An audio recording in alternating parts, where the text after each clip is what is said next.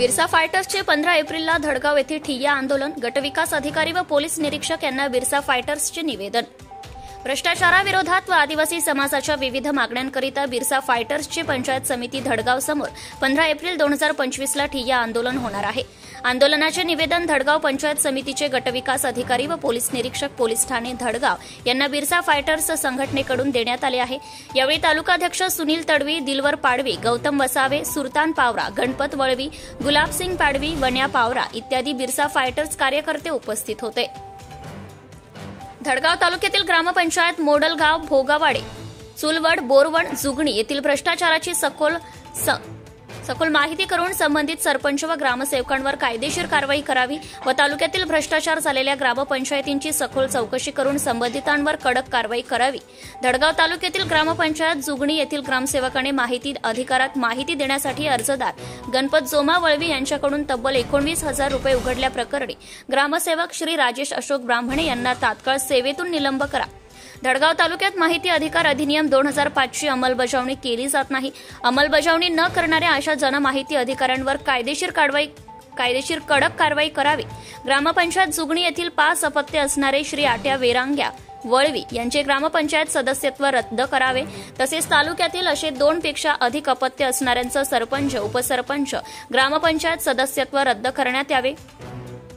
धडगाव तालुक्यातील केलापाणी येथे जाणारा रस्ता तात्काळ खडीकरण व डांबरीकरण करावा। जलजीवन मिशन योजनेअंतर्गत पाण्याची सोय करावी, विजेची सोय करावी, शाळा व अंगणवाडी सुरू करावी। धडगाव तालुक्यातील शेलदा गावातील लोकांचे वनदावे मंजूर करावेत। गावात जलजीवन मिशन योजनेअंतर्गत पाण्याची सोय करावी, विजेची सोय करावी, शाळा व अंगणवाडी, ग्रामपंचायत इमारत बांधकामास वनविभागाची परवानगी मिळावी।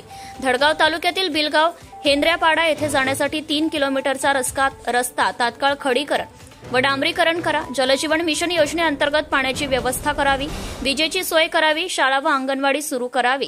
धडगाव तालुक्यातील बिलगाव पाटील पाडा ते अडीखुडी पाडा रस्ता तात्काळ खडीकरण व डांबरीकरण करावा। धडगाव तालुक्यातील अस्पा पिपरी ते 3 समाळ रस्ता खडीकरण व डांबरीकरण करावा।